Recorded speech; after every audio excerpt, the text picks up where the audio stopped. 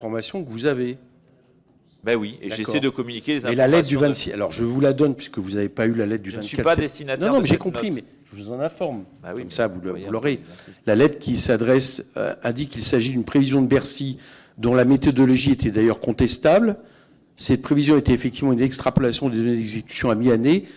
Je cite précisément la directrice dans cette lettre. Les évolutions constatées au 31 janvier constituent une tendance qui comporte un niveau d'imprécision important, tout particulièrement s'agissant des dépenses d'investissement et niveau des recettes projetées, comme en attestent les notes méthodologiques de la Direction générale des finances publiques, qui accompagnent systématiquement des données mensuelles. Elle précise, au regard de la fragilité de la prévision des recettes dépenses d'investissement, il est difficile de tenir responsable les collectivités d'une dégradation générale du solde public au regard de la trajectoire LPFP, qui n'intègre de surcroît pas la contrainte sur les dépenses d'investissement. Donc je constate que vous n'avez pas eu ce courrier, c'est ce que vous me dites, mais il y a bien des réserves méthodologiques qu'elle a tenues à ce moment-là, adressées par courrier à la ministre Vautrin.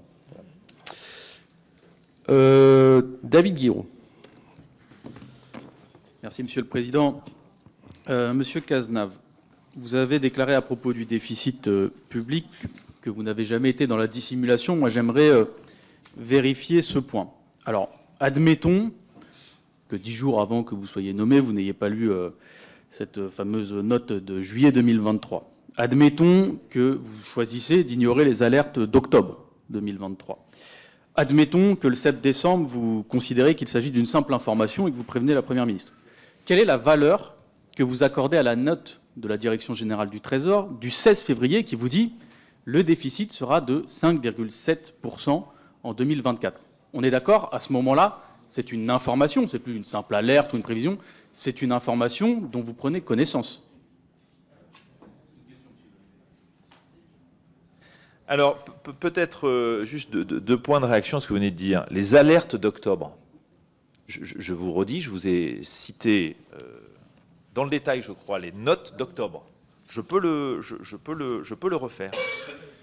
Note du 9 octobre du directeur général des finances publiques nous indique des bonnes nouvelles plutôt rassurantes sur la TVA, plus de 600 millions d'euros attendus. 16 octobre, les remontées de la DGFiP, globalement, mais Bruno Le Maire l'avait révoqué, les principaux impôts sont à peu près en ligne, voire légèrement supérieurs aux prévisions.